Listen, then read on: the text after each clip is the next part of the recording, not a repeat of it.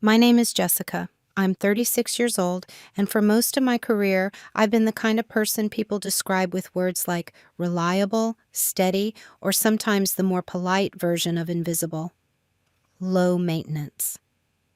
I live just outside Seattle, and for the last 9 years, I've worked in a mid-sized corporate office doing operations coordination. Nothing glamorous. Mostly spreadsheets, timelines, and small logistical fires that quietly get put out before anyone notices they were burning. If you asked my coworkers to describe me, I suspect most of them would say something like, "Jessica's nice, she keeps things running." And that's true. I do keep things running. What they wouldn't say, mostly because they never bothered to notice, is that I also pay attention. I notice patterns, I notice tone, I notice the difference between what people say and what they actually do. But for most of my career, that observation stayed exactly where it belonged, inside my own head. I've never been the loud person in the room.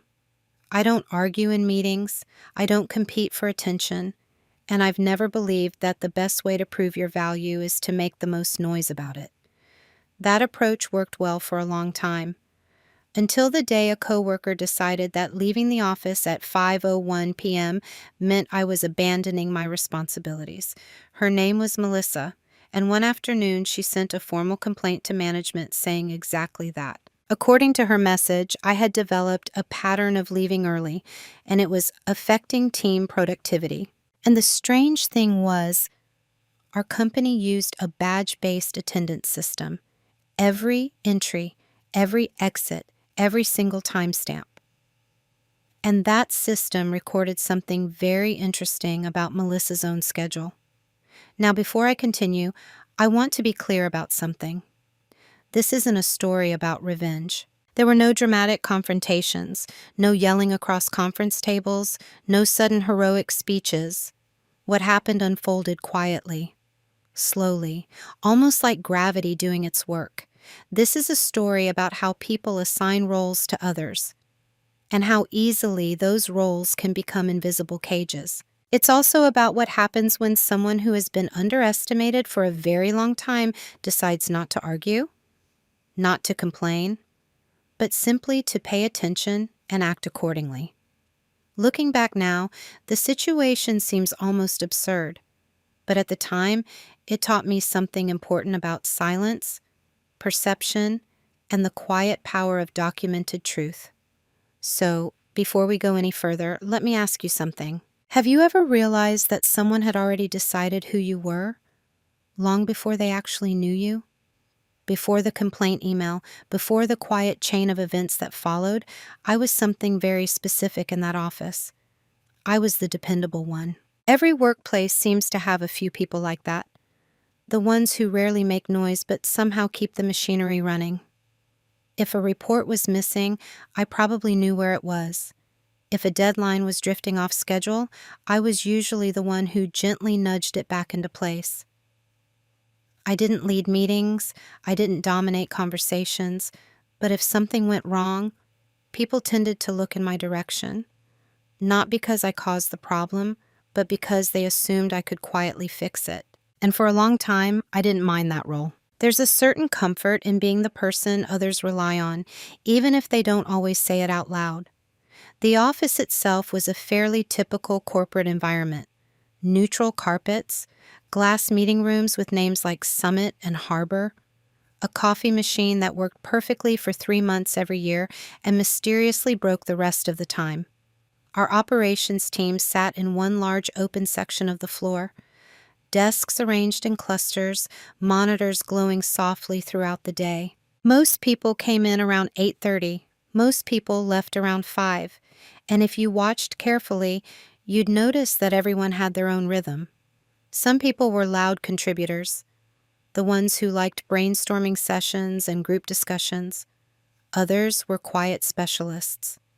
I belonged firmly in the second group. My job was mostly behind the scenes, coordinating schedules, tracking internal deadlines, maintaining workflow documentation, and making sure that projects didn't quietly collapse because someone forgot a critical step. It was the kind of work that only becomes visible when it stops happening, so most of the time people didn't notice it, which also meant they didn't really notice me. And honestly, that suited me just fine. I'd arrive a little before 8:30, badge into the building, settle at my desk with a cup of coffee, and spend the first 20 minutes reviewing the day's task flow. By 9 a.m., I usually had a mental map of everything that might go wrong that day. Over time, I developed a reputation for being calm. Jessica never seems stressed, one coworker said once during a meeting. What they didn't realize was that calmness wasn't a personality trait. It was preparation. When you spend enough time studying how systems work and how people behave inside them, very few surprises remain truly surprising. Still, from the outside, I probably look like the easiest person in the office to overlook. I didn't interrupt people, I rarely corrected anyone publicly, and I almost never argued about credit. If someone forgot to mention my name when explaining how a project stayed on track, I simply made a quiet note and moved on. Not out of resentment, just observation. Because here's something most workplaces eventually reveal. People don't always treat you according to who you are. They treat you according to the role they've decided you play. And my role had slowly become very clear. Jessica was reliable. Jessica was helpful. Jessica would probably handle things if they slipped. And most importantly, Jessica wasn't the kind of person who made problems. Which is why the irony of what happened later was almost poetic. Because the one thing I had never been accused of in 9 years was abandoning my responsibilities. But roles can shift. And sometimes all it takes is one person deciding they understand you better than they actually do. In our office, that person was Melissa. At first, I barely noticed her, which, looking back now, may have been my first mistake. When Melissa first joined our team, nothing about her stood out as particularly unusual. She transferred from another department, marketing, I think, and took the open desk 2 rows behind mine. The kind of spot that sits just far enough away that you notice someone's presence, but not close enough to hear every conversation. At first, our interactions were polite and brief. The standard workplace exchanges. "Morning, Jessica?" "Morning. Do you know where the Q3 vendor sheet is?" Shared drive, operations folder, second tab. Simple, functional, neutral. Melissa was in her early 30s, confident in the way people often are when they've spent most of their career in louder departments. Marketing tends to reward assertiveness. Operations rewards accuracy. Different ecosystems. For the first few weeks, she seemed to be adjusting to that difference. But slowly, small comments began to appear. Nothing dramatic, just a few remarks that landed with the lightest possible touch. One afternoon, around 4:45, I stood up to refill my coffee before finishing the last of my tasks for the day. Melissa glanced at the clock on the wall and said casually, "Leaving already?" Her tone wasn't aggressive. It had that almost playful edge people sometimes use when they want to sound like they're joking. I smiled politely. "No, just grabbing coffee." She nodded, but there was a slight pause, the kind where someone seems mildly surprised that their assumption was incorrect. Moments like that usually disappear as quickly as they arrive. Except with Melissa, they started happening more often. Another day, around 5 o'clock, I was shutting down a spreadsheet when she walked past my desk on the way to the elevator. "Oh, wow," she said lightly, glancing at my screen. "You're done already?" Again, the tone was subtle. Curious, slightly amused, but the phrasing lingered. Already. It suggested something unspoken, that perhaps I was finishing sooner than expected. The strange part was that my schedule hadn't changed in years. Our official work hours were 8:30 to 5. I typically arrived a little early and left right around 5. Occasionally 5:01, 5:02, depending on whether my computer took a moment to shut down. Nothing unusual, nothing anyone had ever questioned before. At first, I brushed the comments off. Every office has someone who narrates other people's schedules as casual conversation. But there was something about the pattern that caught my attention. Melissa didn't make those remarks to anyone else, not to Jason, who regularly left at 4:45 for his train, not to Carla, who sometimes arrived close to 9. Only to me. I didn't confront her. That's never been my instinct. Instead, I did what I've always done when something feels slightly off. I observed. The next time she commented, "Heading out?" at exactly 4:59, I simply smiled and said, "In a minute." Then I sat back down and finished organizing a document, not to prove a point, just to see what she would do. She lingered near the aisle longer than necessary, pretending to check something on her phone, waiting, as if she expected to see me stand up immediately. When I didn't, she eventually walked toward the elevators. That moment told me something important. Melissa wasn't just noticing my schedule, she was tracking it. And the interesting thing about people who watch others closely is that they often forget someone might be watching them too. Still, at that stage, none of it felt serious, just small workplace friction, the kind that usually fades once people settle into routines. So I did what most reasonable coworkers do. I ignored it. I focused on my work, and I assumed the comments would eventually stop on their own. But subtle things have a way of growing when they go unchallenged, especially in offices where perception quietly becomes its own version of truth. Looking back now, that first comment, "Leaving already?" was such a tiny moment, barely noticeable. But sometimes the smallest cuts are the ones that reveal the shape of a much larger pattern. After a few weeks, Melissa's comments stopped sounding like casual observations. They became routine, not overtly hostile, not something you could easily point to in a meeting and say, "That's inappropriate," but consistent enough that I began to recognize the rhythm of them. And once you notice a rhythm, it becomes difficult to unhear it. Most days it happened in the last 15 minutes of the afternoon. The office would start shifting into its usual end-of-day atmosphere. Chairs rolling slightly, computer screens dimming, people sending the final emails that allowed them to mentally close the day. That was when Melissa would often appear nearby. Sometimes she walked past my desk. Sometimes she leaned lightly against the partition behind it. Sometimes she simply glanced toward my monitor and then at the wall clock. And then inevitably a comment, "Oh, 5 already?" Or, "Another early finish for you." The wording varied, but the implication stayed the same. At first, I wondered if I was imagining the undertone, so I paid attention to how others reacted. Most of the time, they didn't. Jason would already be halfway out the door. Carla would still be answering emails with her headphones on. No one seemed particularly aware of what Melissa was saying to me, which is one of the interesting dynamics in open offices. Conversations that happen in plain sight often feel private if the tone is casual enough. A few times, someone nearby would chuckle lightly, the way people do when they hear something that sounds vaguely like teasing. And that was the moment I realized what was happening. Melissa wasn't accusing me of anything directly. She was establishing a narrative, not loudly, just often enough that it could quietly settle into the background of how people perceived things. Jessica leaves right at 5. Jessica finishes early. Jessica's already done. None of those statements was technically false, but tone has a way of reshaping neutral facts into subtle judgments. And I could feel that shift happening.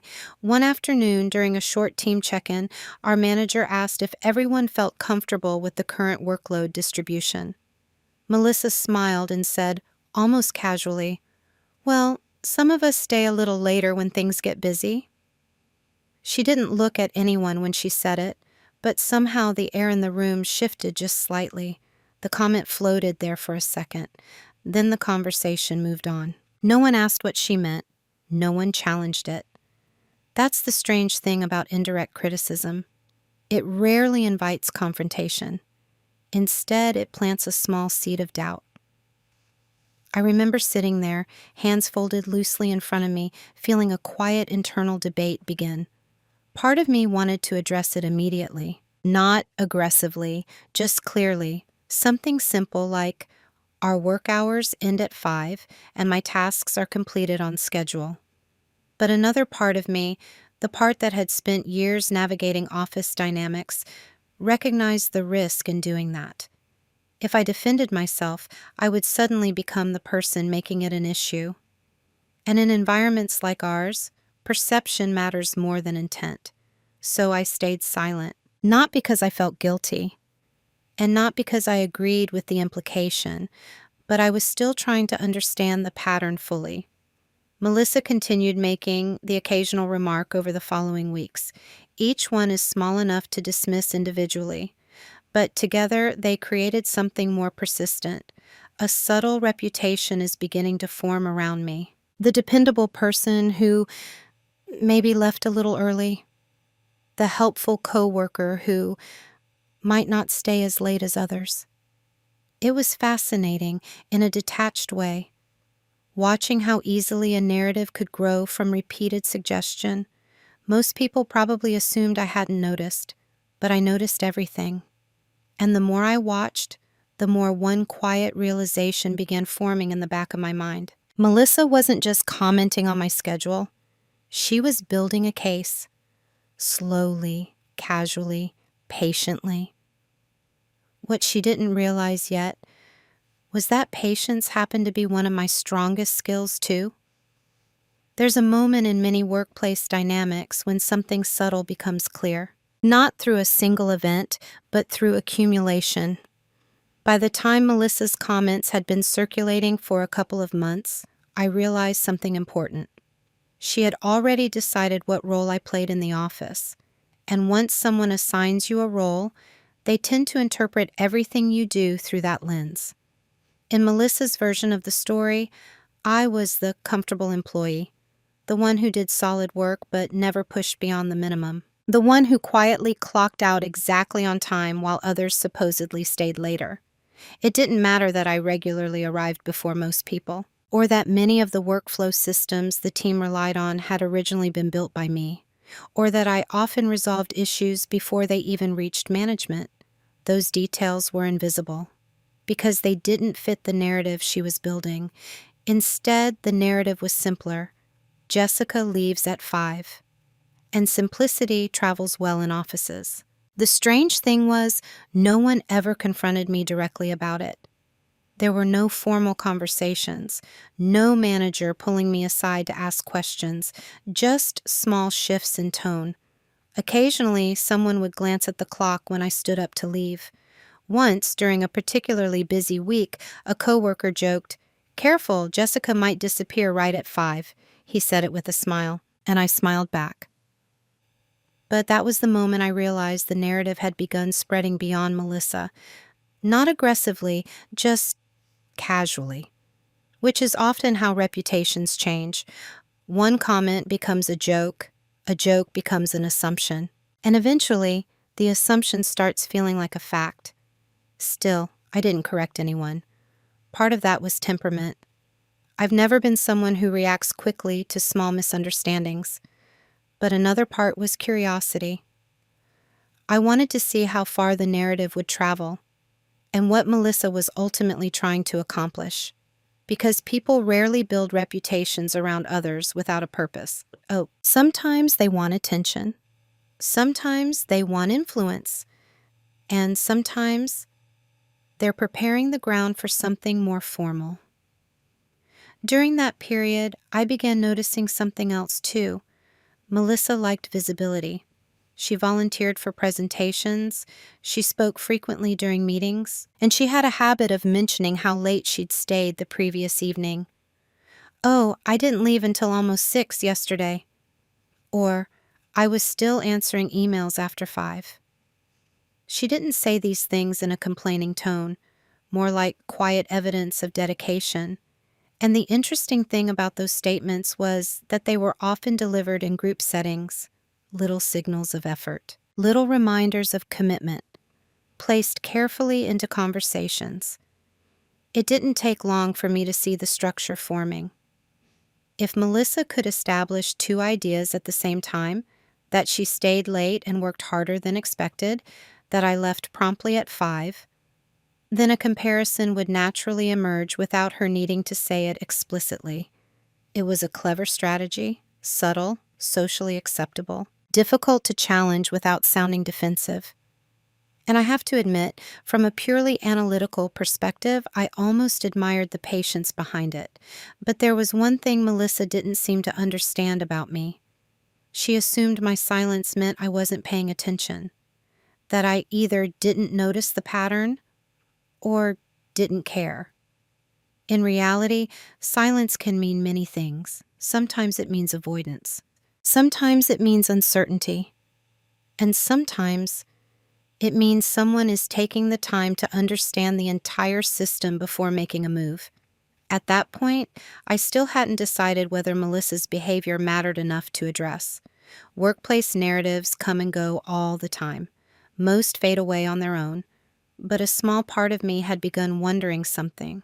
If Melissa was willing to invest this much energy in shaping perception, what would happen if she ever decided to make it official? For a long time, Melissa's comments stayed exactly where they had started, in that quiet gray area between teasing and suggestion. Annoying, perhaps, but not serious enough to confront. And then one Tuesday afternoon, something small happened that changed the way I looked at the entire situation. It wasn't dramatic. In fact, if you had walked past our desks that day, you probably wouldn't have noticed anything unusual at all. The office was moving through its usual midweek rhythm. Phones are ringing occasionally, the low murmur of people discussing timelines. Someone is heating soup in the break room microwave. Around 4:50 p.m., I finished reviewing a vendor report and began organizing the final notes for the day. 10 minutes left. Plenty of time. Melissa stood up from her desk and stretched slightly, then walked toward the aisle beside my workspace. I could feel her glance toward the clock before she spoke. "Well," she said lightly, "some people are getting ready to escape." The phrasing was different this time, not leaving already. Not done early. Escape. I looked up from my screen and gave a small, neutral smile. "Just finishing the last update." She nodded, but there was something else in her expression now. Something more deliberate than before. Not playful. Evaluating. Then she said something that caught my attention. "You know management notices those things, right?" The sentence landed softly, but the meaning behind it was suddenly much clearer than any of her earlier comments. This wasn't casual teasing anymore. It was a warning, or maybe a test. I paused for a moment before answering. "What things?" I asked calmly. Melissa shrugged slightly, the way people do when they want to imply something without fully committing to it. "Patterns," she said. Then she smiled again, the same friendly, harmless expression she always used, and walked toward the break room. I sat there for a moment after she left, staring quietly at the spreadsheet on my monitor. Not upset, not angry, just thinking. Because that single word, patterns, told me everything I needed to know. Melissa believed she had identified one. More importantly, she believed it was something management would eventually care about. And that was the moment when something inside my perspective shifted. Until then, I had treated the situation as background noise, office dynamics, personality differences. But if Melissa truly believed she was documenting a pattern, then she might eventually try to formalize it. And once something enters a formal process, a report, a complaint, an evaluation, it stops being a casual narrative. It becomes a record. I closed my laptop slowly and glanced toward the wall clock. 4:57 p.m. 3 minutes left in the workday. For the first time since Melissa had joined the team, I thought about something I had never needed to consider before: documentation. Our company used a badge system to enter and exit the building. Every time someone tapped their card, the system recorded the exact timestamp. Entry, exit. Every day. At the time, I had never given that system much thought. It was just another piece of infrastructure. But suddenly, it became interesting. Not because I felt threatened, but because Melissa had unintentionally revealed the direction she was thinking.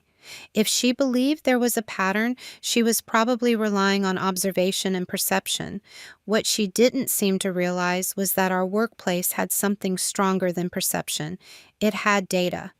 And data, unlike office rumors, doesn't rely on tone. It simply records what actually happened. I shut down my computer, gathered my notebook, and stood up from my desk. The clock read 5:01 p.m., right on schedule. As I walked toward the elevator, I noticed Melissa standing near the printer, watching the hallway casually. For a brief moment, our eyes met. She gave a small smile, the kind of people use when they think they're already winning a quiet game. And that was when I made a very calm internal decision. If Melissa wanted to talk about patterns, then it might be worth understanding all of them, not just the ones she thought she saw. After that Tuesday, I didn't change my behavior in any visible way. I still arrived a little before 8:30. I still organized the day's workflow the same way. And I still left the office just after 5 once my tasks were finished. From the outside, everything about my routine looked exactly the same. But internally, something had shifted. Before that moment, my silence around Melissa's comments had been mostly passive. I simply didn't see enough reason to engage. Now, the silence became intentional. Because once someone tells you they're watching for patterns, you gain a certain advantage. You know where their attention is pointed. Melissa believed she understood my schedule. She believed she had identified something meaningful about it. And most importantly, she believed I either didn't notice or didn't care. That assumption created space. So instead of reacting, I started doing what I've always been good at: observing systems. Not just workflows and spreadsheets, but human behavior inside structured environments. Offices are full of patterns: arrival times, meeting habits, who stays late, who leaves early, who announces their effort, and who simply does the work quietly. Once you begin looking for those patterns deliberately, they become surprisingly visible. Over the next few weeks, I noticed that Melissa had a very particular rhythm to her day. She usually arrived a little after 9, not dramatically late, just slightly beyond the standard start time. She also liked to take a mid-afternoon walk to the coffee shop across the street, something I'd occasionally seen before but never thought much about. And most days, around 5, she was still sitting at her desk when I left, which, I realized, was exactly the visual she wanted others to see. Melissa is at her computer, Jessica is heading toward the elevators. It was a clean narrative. Narratives rely heavily on what people notice. And offices are surprisingly selective about that. Most people see departures. They don't track arrivals. They notice someone standing up to leave. They rarely track the exact moment someone else walked in that morning. Perception favors the visible half of the day. Melissa seemed to understand that instinctively, but there was one element of the system she wasn't accounting for: our badge readers. Every employee used them to enter the building. Every employee used them to exit. The system quietly logged every timestamp in the background. No interpretation, no narrative, just a digital record. For years, those logs had simply existed as part of our company's security infrastructure. No one talked about them. No one referenced them in casual conversation. But the more Melissa spoke about patterns, the more that quiet system started to seem relevant. Not because I intended to use it against her, at least not yet. But information has a way of clarifying situations, and clarity has always mattered more to me than conflict. During that time, Melissa continued making her occasional remarks. Heading out already? Another 5 o'clock finish. The tone remained light. almost cheerful. But now, instead of wondering whether I should respond, I simply make a mental note each time. Not in anger, just documentation. Interestingly, the rest of the team seemed increasingly comfortable with the narrative she'd been building. A few coworkers began joking about Jessica's 5 o'clock alarm. Nothing cruel, just casual office humor. And every time someone laughed, Melissa would smile slightly. Not too much, just enough. Watching it unfold, I realized something quietly fascinating. Melissa thought silence meant weakness. But silence can also mean someone is gathering information. It can mean someone is letting a story grow long enough for its structure to become visible. And once you can see the structure clearly, you begin to understand where its weaknesses are. At that stage, I still hadn't taken any action. I hadn't opened the attendance system. I hadn't reviewed any logs, but the idea had begun forming. Not out of suspicion, out of curiosity. If Melissa was confident enough to hint that management noticed patterns, then maybe it was time to understand what the actual record looked like. Because sometimes the most powerful response in a workplace isn't confrontation. It's simply knowing more about the system than the person trying to manipulate it.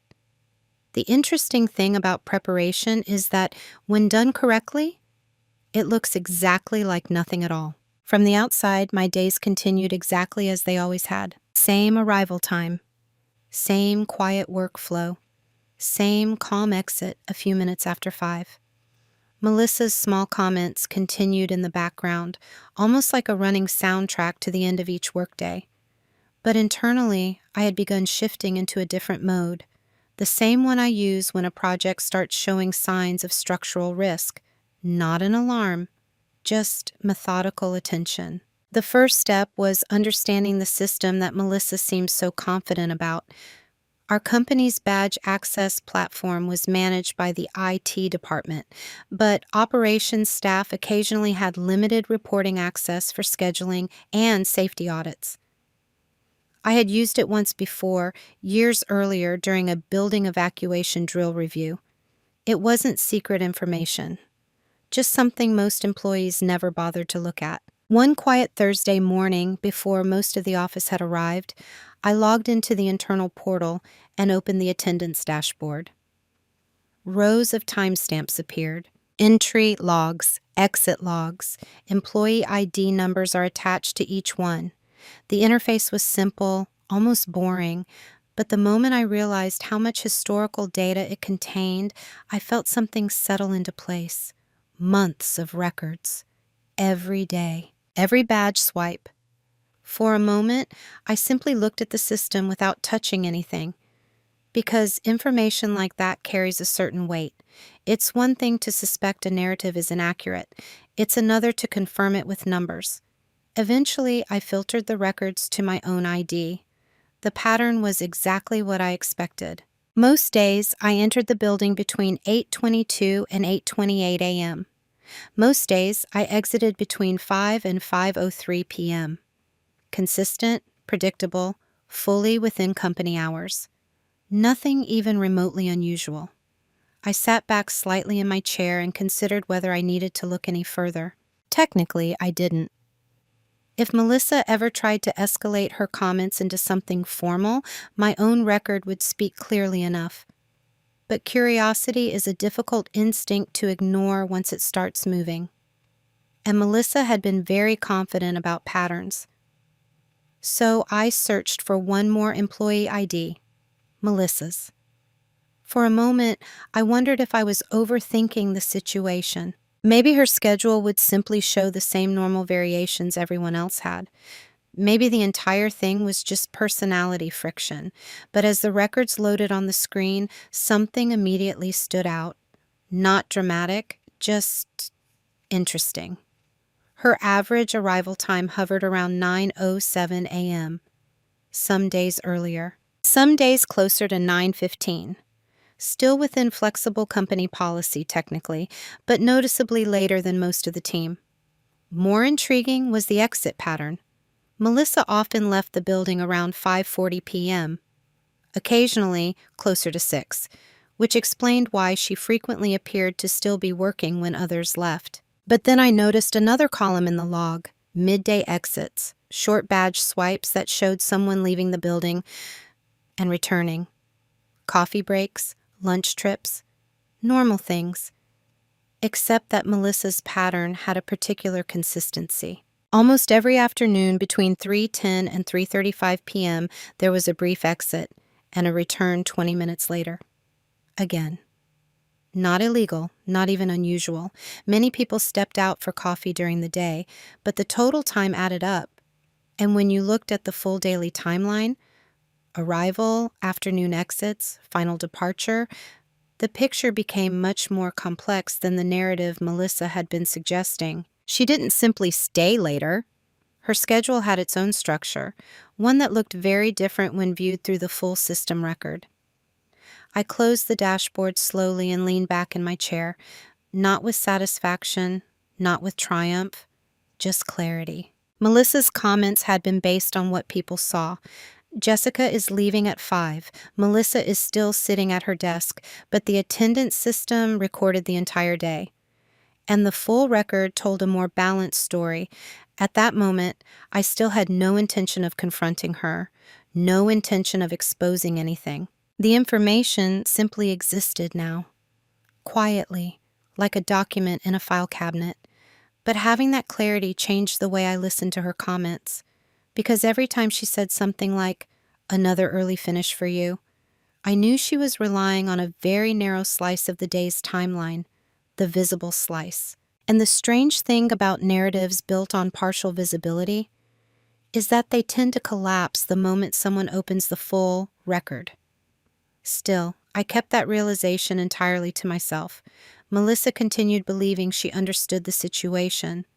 The team continued laughing at the occasional 5 o'clock joke, and the office continued moving through its normal rhythm. No one noticed that the story Melissa had been building now had a second version, one recorded quietly inside a system she had probably never even considered. A version that didn't rely on perception, only timestamps.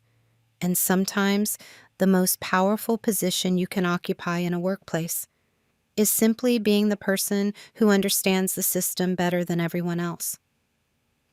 After that first look at the badge records, I didn't return to the system for several days. Not because I had forgotten about it, but because clarity, once obtained, doesn't always need immediate action. Sometimes it's better to let information sit quietly for a while, to see whether the situation around it changes on its own. And for a short time, it almost did. Melissa's comments became slightly less frequent, not gone, but spaced out, enough that someone else might have assumed the entire situation was fading naturally. But one afternoon during a routine team meeting, something happened that reminded me why I had looked at those records in the first place. Our manager, Daniel, was reviewing workflow coverage for the next quarter. It was a fairly routine discussion about project timelines and team availability. Toward the end of this conversation, Melissa spoke up. Her tone was casual, almost thoughtful. "I've just noticed," she said, "that sometimes things pile up right after 5. It might help if we had more consistent coverage toward the end of the day." Daniel nodded slowly. "That's a fair point," he said. "Do you think that's happening often?" And Melissa gave a small shrug. "Not constantly," she said, "but patterns do show up." She didn't say my name. She didn't need to. The room was quiet for a moment, not tense, just thoughtful. And I realized something in that moment. Melissa wasn't just building a narrative among coworkers anymore. She was slowly introducing it into management conversations. Still subtle, still indirect, but clearly intentional. When the meeting ended, I returned to my desk with the same calm feeling I usually carried after any discussion. Except now there was a quiet certainty behind it. Melissa believed she was preparing something, maybe not a formal complaint yet, but groundwork. Planting the idea that someone on the team might not be contributing equally during the final part of the day. And once a narrative reaches management, even in vague form, it begins to matter in a different way. So the next morning, I opened the attendance system again. This time, I wasn't just curious, I was thorough.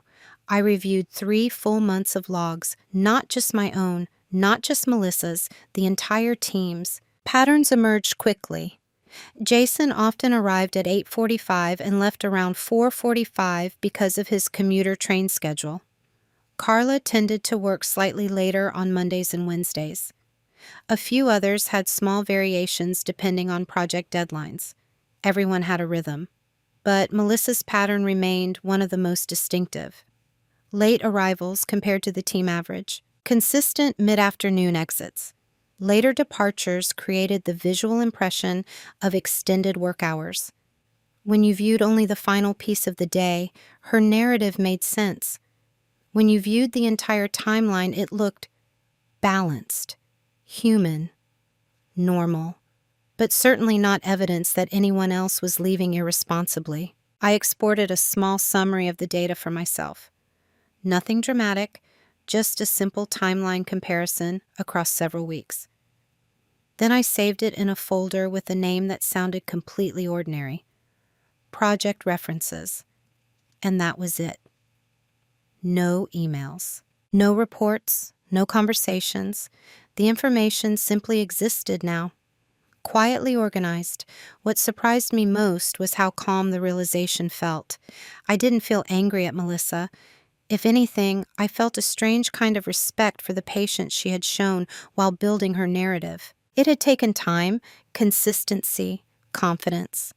But the problem with narratives built on observation alone is that they depend heavily on what people notice. And Melissa had underestimated something very simple. Systems don't rely on observation. They rely on records. The attendance platform didn't care who stayed at their desk longer in the evening. It didn't care who joked about 5 o'clock. It simply logged entries and exits every single day. At that point, the situation became very clear in my mind. Melissa believed she had leverage. In reality, she had only perception. The actual leverage was sitting quietly inside a system most employees never thought about, and I now understand it completely. Still, I didn't use it. Not yet. Because knowing something and deploying it are two very different decisions. One is information, the other is intention. And intention requires a choice I hadn't made yet. After reviewing the records, I didn't act immediately. For several days, I simply worked the same way I always had. Same schedule, same quiet routines, same calm exit just after 5. Nothing about my behavior changed, but the way I thought about the situation did. Because once you understand the full structure of something, the narrative someone is building and the evidence that quietly contradicts it, you reach a crossroads. There are always multiple options. One option was the simplest. Ignore everything and let the situation fade on its own. Office stories often lose momentum if they're not fed. Another option was confrontation. I could have walked over to Melissa's desk, mentioned the attendance logs, and made it clear that I knew exactly what the system recorded. But that approach would have turned the situation into a personal conflict. And personal conflicts tend to create noise instead of clarity. The third option was different. It involved doing nothing publicly and allowing the situation to develop naturally if Melissa chose to escalate it herself. Because if she ever decided to make her concerns official, if she turned those comments about patterns into a formal complaint, then the conversation would move from perception to documentation. And documentation is a very calm environment. Numbers don't argue. Timestamps don't rely on tone. They simply exist. So the decision I made was surprisingly simple.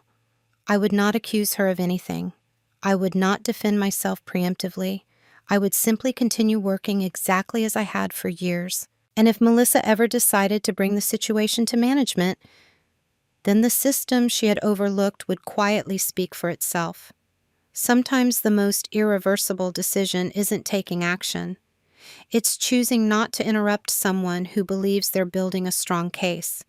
Because once they commit to it fully, there's usually no easy way for them to step back. And from that moment forward, I understood something with complete clarity. If Melissa escalated the story she'd been telling, the outcome would no longer depend on opinions, it would depend on the records. After making that decision, the most important thing was consistency. So I changed nothing. I arrived at the office the same way I always had, usually a few minutes before 8:30. I reviewed the day's tasks, organized the workflow schedule, and quietly handled whatever small problems appeared. To anyone watching, my routine was completely ordinary. Melissa continued her occasional remarks near the end of the day. Heading out? 5 already? The tone remained light, almost playful. And each time I responded the same way I always had, with a small smile and a calm goodbye. What she didn't realize was that the situation had already shifted. Before, her comments had simply existed in conversation. Now, they were moving slowly towards something more formal. I could feel it in the way she spoke during meetings, and in the subtle references to coverage at the end of the day, and in the confidence behind her tone. She believed the narrative she had been building was strong enough to stand on its own. And in a way, she was right. In many workplaces, perception becomes reality if no one challenges it. But the difference here was simple. If the situation ever reached management in an official way, the conversation would immediately move from what people thought they saw to what the system had recorded. And systems tend to remove ambiguity. So instead of preparing arguments, I focused on something much simpler: maintaining the exact routine that had always defined my work. Tasks completed, deadlines met. No sudden schedule changes, no emotional reactions, just quiet consistency, because the most effective position in a situation like this is not looking defensive. It's looking exactly the same as it always has. From Melissa's perspective, nothing had changed. Jessica still left around 5. Jessica still didn't challenge the jokes. Jessica still seemed completely unconcerned, which only made her more confident. But what she didn't understand was that confidence can sometimes push people toward decisions they haven't fully examined. And sooner or later, those decisions have consequences. At that point, all I had to do was wait. Not for conflict, just for the moment when Melissa decided to turn her narrative into something official. Because once that happened, the system would do the rest. The email arrived on a Wednesday morning. I didn't see it immediately. At that hour, I was doing what I usually did, reviewing the day's project timeline and updating a few internal notes before the rest of the team fully settled in. Around 9:20, a small notification appeared in the corner of my screen. Subject: Team Coverage Concern. The sender was Melissa, but the email wasn't addressed to me directly. It was sent to Daniel, our manager, with several team members copied, including me. I opened it slowly. The message itself was written in the same calm, professional tone Melissa always used. She explained that she had noticed a recurring pattern of early departures that sometimes left the team without sufficient end-of-day coverage. She emphasized that she cared about team productivity and simply wanted to make sure responsibilities were being fully supported. Then came the line that caught my attention. She wrote that she had observed me leaving the office shortly after 5 on multiple occasions when tasks might still require attention. She didn't accuse me of anything dramatic. She didn't use harsh language, but the implication was clear. According to the email, I was abandoning responsibilities at the end of the day. For a moment, I simply looked at the screen. Not shocked, not angry, just thoughtful. Because this was exactly the point where perception moved into documentation. Melissa had done what I suspected she might eventually do. She had made the narrative official. A few minutes later, Daniel replied to the thread. His message was brief. "Thanks for bringing this up. I'll review the attendance records, and we can discuss during our next team check-in." That was it. No tension. No immediate judgment, just a simple reference to the system Melissa had never mentioned. The attendance records. I leaned back slightly in my chair and took a sip of coffee. Across the office, Melissa sat at her desk typing something on her laptop. She looked calm, confident. The kind of confidence people often have when they believe they've prepared their case carefully. Around mid-morning, Daniel stepped out of his office and walked toward the operations area. "Jessica," he said quietly, "when you have a moment, could you come by?" I nodded and followed him into the small glass office near the corner of the floor. He closed the door gently. "Don't worry," he said with a small smile. "This is mostly procedural." He turned his monitor slightly so I could see the screen. It was the attendance dashboard. Rows of timestamps, entries, exits. Several weeks of data are displayed side by side. "I reviewed the records Melissa mentioned," he said calmly. "Your schedule looks completely normal." He scrolled down slightly. "Actually," he added, "you tend to arrive earlier than most of the team." I nodded. "I usually start organizing the day's tasks around 8:25. Daniel leaned back in his chair. "To be honest," he said, "this kind of thing happens sometimes when people focus on the visible part of the day instead of the whole schedule." Then he pointed to another section of the log. Melissa's entries, her later arrivals, her afternoon exists, her later departures. Nothing inappropriate. Just context. "Everyone has their own rhythm," Daniel said, "but the data helps keep things balanced." He closed the dashboard and looked at me. "I'll address the concern during the next team meeting, so everything is clear." I thanked him and returned to my desk. From the outside, nothing dramatic had happened. No raised voices, no accusations, just a quiet review of a system that had been recording the truth all along. Across the room, Melissa glanced up briefly as I sat down. For the first time since she had joined the team, her expression looked slightly uncertain, because sometimes the consequences of a story don't appear immediately. They begin the moment someone asks the system to verify it. The next team meeting happened 2 days later. Nothing about it seemed unusual at first. Everyone gathered in the glass conference room, laptops open, the same way we did every Monday and Thursday. Daniel started with routine updates, project timelines, vendor coordination, and a few scheduling adjustments for the coming month. Then, near the end of the meeting, he addressed the topic Melissa had raised. His tone stayed calm and neutral. "I wanted to quickly clarify something about work schedules and team coverage," he said. "There was a question earlier this week about end-of-day availability." No one spoke. Melissa sat across the table from me, hands folded neatly in front of her laptop. Daniel continued, "I reviewed the attendance records for the past few months, just to make sure everything looked balanced." He paused briefly, glancing around the room. "Everyone's schedule is within company guidelines." Then he added one more sentence. "In fact, Jessica consistently arrives earlier than most of the team, so her overall work hours are completely aligned with expectations." That was all. No criticism, no direct reference to the email. Just a simple clarification based on the system records. But the effect in the room was immediate. A few people nodded. Someone made a small comment about how early arrivals usually go unnoticed compared to departures. The conversation moved on to other topics, yet something had quietly shifted. The narrative Melissa had been building for weeks dissolved in less than 30 seconds, not through argument, just through context. When the meeting ended, people gathered their laptops and headed back to their desks. No one mentioned the issue again. Across the room, Melissa remained seated for a moment longer than everyone else. Her expression wasn't angry, it was something closer to realization. Because once information enters a group setting, it becomes difficult to reshape the story afterward.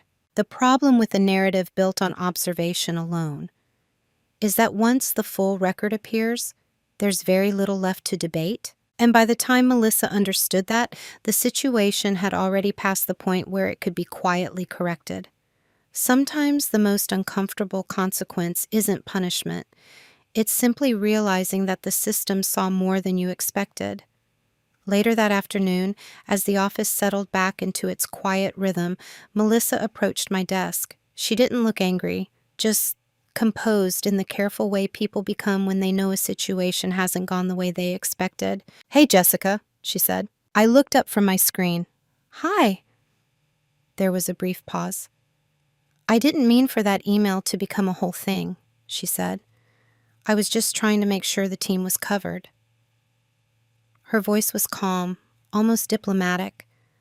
I nodded slightly. "I understand." That was all I said. For a moment, she seemed to wait for something more. Maybe frustration, maybe an argument, maybe an explanation, but there wasn't anything else to add. The situation had already been clarified in the only place that mattered. Melissa gave a small, polite smile. "Well, I guess the system cleared it up." "Yes," I said gently. "It usually does." Another pause. Then she nodded and walked back toward her desk. There was no hostility between us, no raised voices, just a quiet understanding that the story she had tried to establish no longer existed. And sometimes the calmest conversations are the ones where very little actually needs to be said. After that week, the office slowly returned to its usual rhythm. Deadlines continued, meetings continued, coffee machine problems continued. But one small thing had changed. The jokes about Jessica leaving at 5 disappeared. Not dramatically, just quietly, the way many workplace narratives fade once they lose their foundation. Melissa and I continued working on the same team. Our conversations remained professional and brief. "Morning. Morning. Did you update the vendor sheet?" "Yes, it's in the shared folder." Simple, neutral, functional. There was no lingering hostility, but there was a noticeable shift in tone across the team. People seemed more aware of the full picture now, that arriving early counts just as much as staying late, and that the visible part of the day doesn't always tell the whole story. For me, the experience changed something subtle. Not in a dramatic way. I didn't become louder in meetings. I didn't suddenly start defending every small comment. But I did carry one quiet realization forward. Being calm and dependable doesn't mean allowing misunderstandings to grow unchecked. Sometimes the strongest response isn't confrontation. It's simply understanding the system well enough to trust that the truth will eventually appear when it's needed. And once you've seen that happen, something shifts in the way you move through a workplace. You don't feel the need to prove yourself constantly. You just keep doing the work, knowing that consistency over time has its own quiet authority. Looking back now, the whole situation feels almost surprisingly small. No shouting, no dramatic confrontations, no one is storming out of the office. See? Just a story that slowly corrected itself once the full picture appeared. For a while, Melissa believed she understood what was happening. She saw one part of the day, me leaving just after 5, and built a narrative around it. But workplaces, like most systems, are bigger than the small moments we notice. Arrival times matter. Quiet preparation matters. The work that happens before people are watching matters too. And sometimes the difference between perception and reality is simply documentation. What I learned from that experience wasn't about winning an argument. It was about patience. If you know you're doing your work honestly, you don't always need to fight every misunderstanding the moment it appears. Sometimes the most powerful thing you can do is stay consistent and let the full record speak when the time comes. Because in the long run, patterns reveal themselves, not just the ones people think they see, and those patterns usually tell a much more complete story. So now I'm curious about something. Have you ever had a situation where someone misunderstood your work or your intentions? until the real facts finally came to light? I'd really like to hear your story. Video hữu ích, hãy ấn like và đăng ký kênh để ủng hộ mình nhé. Chúng ta sẽ gặp nhau ở những video tiếp theo. Bye bye.